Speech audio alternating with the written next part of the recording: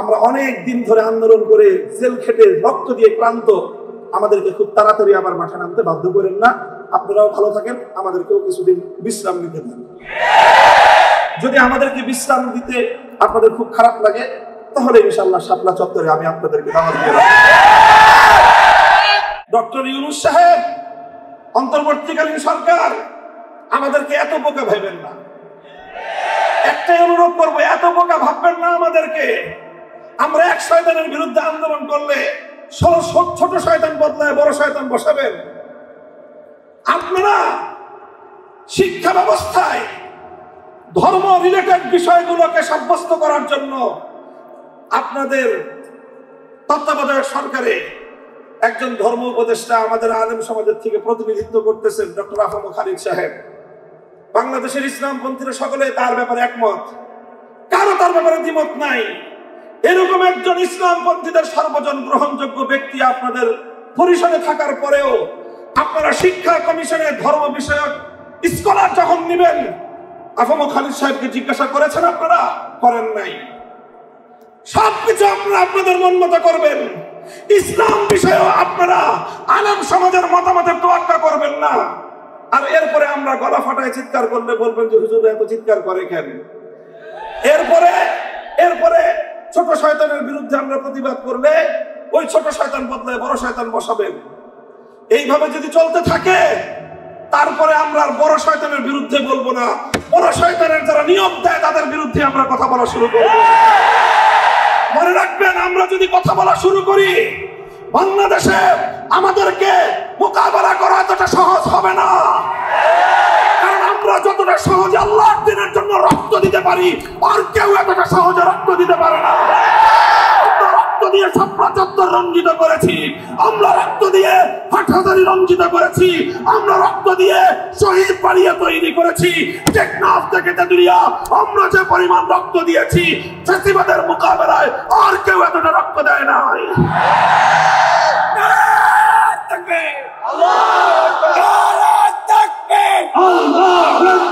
ইসলামের শত্রুরা মুসলমানের শত্রুরা ইসলাম কেন্দ্রিক সমস্যাগুলো সমাধানের জন্য যদি রক্ত দেওয়াই হয় একমাত্র পথ, মনে রাখবেন আমাদের কাছে এত রক্ত আছে, রক্ত নিয়ে আপনাদের পিপাসা নিবারণ হবে না। আমরা বহু রক্ত দিতে পারবো, আপনারা সে রক্ত পান করে শেষ করতে পারবেন না। আমার নবীর ইজ্জত, ইসলামের গৌরব, ইসলামের মর্যাদা আমাদের কাছে এতটাই মূল্যবান, আমি এবং আমার সন্তানরা সহ আমরা রক্ত দিতে প্রস্তুত, ইসলামের প্রশ্নে আপোষ করতে প্রস্তুত না।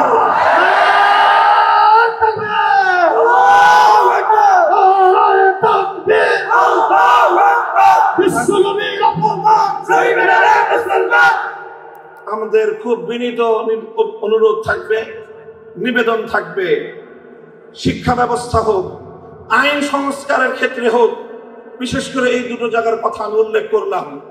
শিক্ষা কমিশন এবং আইন সংস্কার কমিশন, আপনারা যাই করবেন, ইসলামের নামে ইসলামিক স্কলার হিসেবে একজন ব্যক্তিকে আপনারা সেখানে সিলেক্ট করবেন, যে লোকটা নবীর হাদিস অস্বীকারী। এই ধরনের তামাশা আমাদের সাথে করবেন?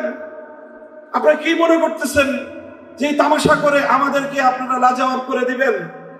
মনে রেখেন, আমাদের পিঠ যদি দেয়ালে ঠেকে যায়, তখন আমরা যে প্রতিক্রিয়া দেখাবো, ওই প্রতিক্রিয়া সামাল দেওয়ার শক্তি না বাংলাদেশের আছে, না ভারতের আছে, না আমেরিকার আছে। কারণ আমরা জীবন মৃত্যুর পরোয়া করি না যখন আমার নবীর ইজ্জত এবং আমার নবীর আনিত দ্বীন ইসলামের স্বার্থের প্রশ্ন এসে দাঁড়ায়। আবার আপনাদেরকে খুব শান্ত নম্র ভাষায় পরামর্শ দিচ্ছি, ধর্ম রিলেটেড যে কোনো সমস্যাগুলোর সমাধান আপনাদের মন মতো করলে হবে না। আপনাদের মাঝে আমাদের প্রতিনিধি আফম খালিদ হোসেন সাহেব আছেন, ওনার কাছ থেকে প্রত্যেকটি ধর্মীয় বিষয়ে পরামর্শ নিয়ে আলেম সমাজ রয়েছে, হেফাজতে ইসলাম রয়েছে, অন্যান্য ইসলামিক মহলগুলো রয়েছে, তাদের কাছ থেকে জিজ্ঞাসা করেন। আহলে হাদিসরা আছেন, এদেশে সুন্নিরা আছেন, দেওবন্দিরা আছেন, আমরা সকলেই ইসলামের মৌলিক প্রশ্নে কিন্তু একমত। এই এই অজুহাত দেখাতে পারবেন না যে হুজুর এই দেশের দুরকম কথা বলে। হাদিস ইনকারের বিষয়ে আমাদের সকলের বক্তব্য এক। আপনারা যে আইনগুলো সংস্কার করেছেন সেই আইনগুলো সংস্কারের প্রস্তাবনার বিরুদ্ধে সমস্ত হুজুররা একমত। কাজেই খুব বিনীত অনুরোধ করে বলতেছি, আমরা অনেক দিন ধরে আন্দোলন করে জেল খেটে রক্ত দিয়ে ক্লান্ত, আমাদেরকে খুব তাড়াতাড়ি আবার মাঠে নামতে বাধ্য করেন না। আপনারাও ভালো থাকেন, আমাদেরকেও কিছুদিন বিশ্রাম নিতে দেন। যদি আমাদেরকে বিশ্রাম দিতে আপনাদের খুব খারাপ লাগে তাহলে ইনশাআল্লাহ শাপলা চত্বরে আমি আপনাদেরকে দাওয়াত দিয়ে রাখবো। রাসূল সাল্লাল্লাহু আলাইহি ওয়াসাল্লাম যে অর্থ ব্যবস্থা বিশ্ব মানবতার কল্যাণে প্রবর্তন করেছিলেন, শুধু প্রবর্তন না প্রতিষ্ঠিত করেছিলেন, তার অন্যতম মৌলিক দুটি নীতিমালা ছিল কাইলা ইয়াকুনা দাওলাতান বাইনাল আগনিয়াই মিনকুম, সম্পদ যেন সমাজের কোন নির্দিষ্ট একটি শ্রেণীর হাতে কুক্ষিগত না হয়ে যায়। এটা ছিল রাসূল সাল্লাল্লাহু আলাইহি ওয়াসাল্লামের পূর্ণ অর্থ ব্যবস্থার মৌলিক একটি নীতিমালা। সম্পদ কোনো একটা বিশেষ শ্রেণীর কাছে বৈধভাবেও কুক্ষিগত হতে পারবে না। অবৈধভাবে দুর্নীতির মাধ্যমে, ঘুষখুরি সুদখুরির মাধ্যমে অথবা সম্পদ পাচারের মাধ্যমে, এর মাধ্যমে সম্পদ কুক্ষিগত করার তো প্রশ্নই আসে না। যে রাষ্ট্র ব্যবস্থায় আল্লাহ রাসূল সাল্লাল্লাহু আলাইহি ওয়াসাল্লাম প্রণীত অর্থ ব্যবস্থা কার্যকর হবে, সেই রাষ্ট্র ব্যবস্থা ধনী থেকে দরিদ্র পর্যন্ত প্রতিটি মানুষ যার যার নিত্য প্রয়োজন পূরণ করার প্রয়োজনীয় অর্থের সরবরাহ তার কাছ পর্যন্ত পৌঁছে যাবে। অর্থ ব্যবস্থার স্বাভাবিক গতি নেই। এমনকি আমরা জানি যে যাকাত প্রদান করা মানুষের প্রত্যেকটি সম্পদশালী মানুষের জন্য ফরজ। আল্লাহ রাসূল সাল্লাল্লাহু আলাইহি ওয়াসাল্লামের সুস্পষ্ট ঘোষণা রয়েছে, তিরমিজি শরীফ সহ অনেকগুলো হাদিসের কিতাবের মধ্যে হাদিসটি বর্ণিত, যে নবীজি সাধারণ দরিদ্র মানুষের অর্থনৈতিক নিরাপত্তা নিশ্চিত করার জন্য যে একটি মূলনীতি ঘোষণা করেছেন, সেটি হলো যে ইন্না ফিল মালি লাহাক্কান সিওয়াজ যাকাত, দরিদ্র মানুষের প্রয়োজন পূরণ করার জন্য ধনীদের সকল সম্পদের মধ্যেই দরিদ্রদের অধিকার রয়েছে।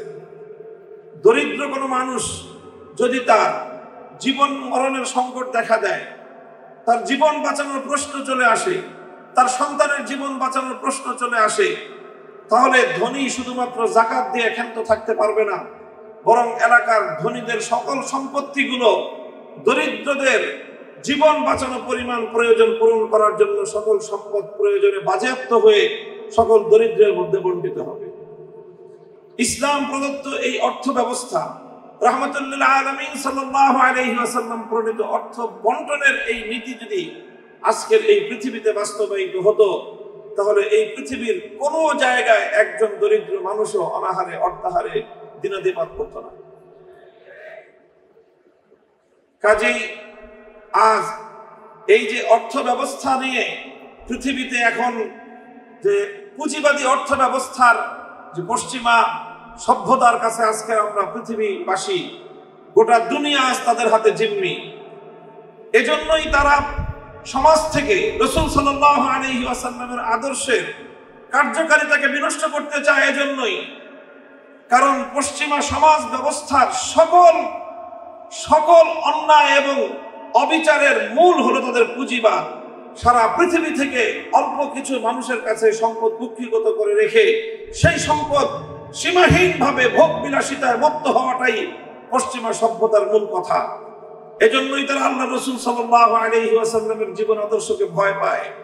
এজন্যই তারা মুসলিম সমাজকে আল্লাহর নবীর জীবন চরিত্র থেকে দূরে সরিয়ে দিতে চায়। কারণ মুসলমানরা যদি সোচ্চার হয়ে ওঠে, আল্লাহর নবীর প্রণীত অর্থ ব্যবস্থা যদি এই পৃথিবীতে বাস্তবায়ন করার জন্য মুসলমানরা সোচ্চার হয়, তাহলে পুঁজিবাদ ধসে পড়বে, পুঁজিবাদীদের এই ভোগ বিলাসিতা ধসে পড়বে। পুঁজিবাদীদের দেশে আরেক দেশ থেকে সম্পদ লুটপাট করে বেগম পাড়া করবার কোনো সুযোগ থাকবে না। পুঁজিবাদী দেশগুলোর কর্ণধাররাও মুসলমানদের কাছে জবাবদিহিতার কাঠ করে দাঁড়িয়ে যেতে বাধ্য হবে। এজন্যই তারা রাসূল সাল্লাল্লাহু আলাইহি ওয়াসাল্লামের সিরাতকে মুসলিম সমাজ থেকেও বিদায় করে দেওয়ার সব ধরনের আয়োজন করছে। এই পরিপ্রেক্ষিতে আমাদের ঐতিহাসিক দায়িত্ব এবং কর্তব্য এসে দাঁড়ায় যে আমরাও তারা যেটা চাচ্ছে তাদের প্রতি কোনো ধরনের ভয় ভীতি আমাদের অন্তরের মধ্যে রাখা চলবে না। পশ্চিমা সভ্যতার, ইউরোপ এবং আমেরিকার যে ভীতি এবং তাদের যে রোগ, তাদের প্রতি যে একটি আমাদের অন্তরের মধ্যে একটি হীনমন্যতা রয়েছে, মুসলিম জাতিকে আজকে এই হীনমন্যতা থেকে বেরিয়ে আসতে হবে।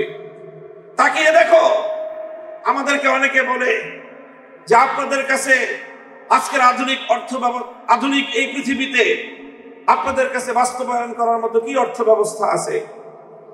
এতদিন পর্যন্ত আমরা তাত্ত্বিক কথা বলতাম, এখন বলবো তাকায় দেখো, ইমারতে ইসলামিয়া মোল্লারা পরিচালনা করছে, দেওবন্দি উলামায়ে কেরাম পরিচালনা করছে।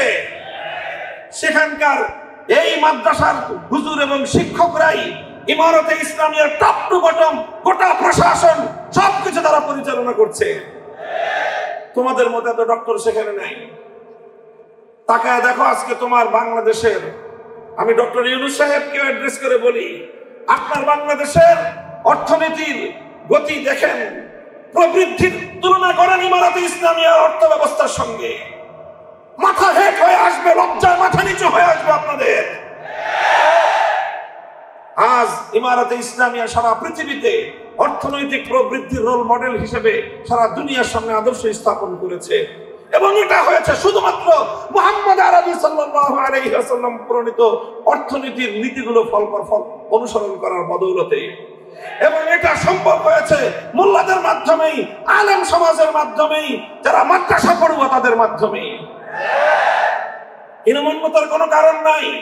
সেই দিন আসছে, সেই দিন আসছে, এই যে ভারত আমার নবীকে নিয়ে দুদিন পর পর ইজ্জত নিয়ে নবীর উপরে কটাক্ষ করে তারা যে আগুন নিয়ে খেলছে, যে আগুন নিয়ে খেলছে, এই নূপুর শর্মার এই অপকর্ম শেষ হওয়ার আগেই রামজি মহারাজ এবং নীতিশ নারায়ণ রানে তারা এভাবে একের পর এক আল্লাহর নবীকে কটাক্ষ করে আসলে মূলত তারা ভারতবর্ষ জুড়ে যুদ্ধের তামামা বাজাতে চায়।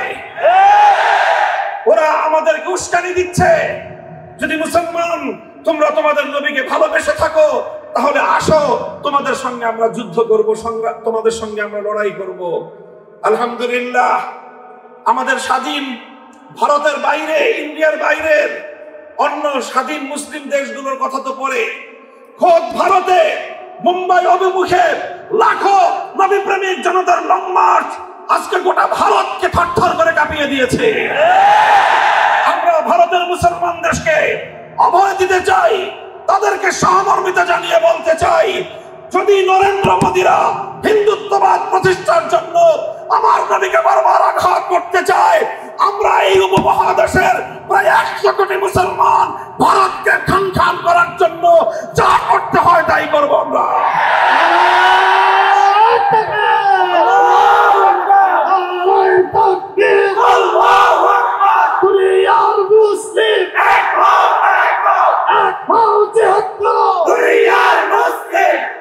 আখেরি কথা, আমাদের অন্তর্বর্তীকালীন সরকারের উপদেষ্টাদেরকে বলি, দেখেন একটা আমি স্মৃতিচারণ করি অতীতের এক সময়ের। বিরোধী দল আন্দোলন করতেছে, বিরোধী দল একটা ইস্যু নিয়ে আন্দোলন করতেছিল। কি ইস্যু? এই যে এই নির্বাচন কমিশনার, প্রধান নির্বাচন কমিশনারকে আমরা মানি না, নাম ছিল তার আব্দুল আজিজ কমিশন মানি না। সরকার বললো ঠিক আছে, আজিজ কমিশনার মানে না, তাহলে বদলায় দিই আমরা। বদলায় দিল আরেকটা প্রধান নির্বাচন কমিশনের নাম হলো মাহফুজ। ও আসলো যখন, বিরোধী দল দেখলো এটা তো আরো বড় তাদের জন্য সমস্যা।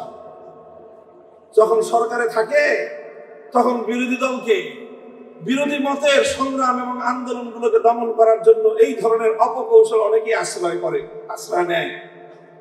যে প্রথম দেয় ছোট শয়তানের বিরুদ্ধে প্রতিবাদ করলে ঠিক আছে বদলায় দিলাম, বদলায় বসায় বড় শয়তানকে।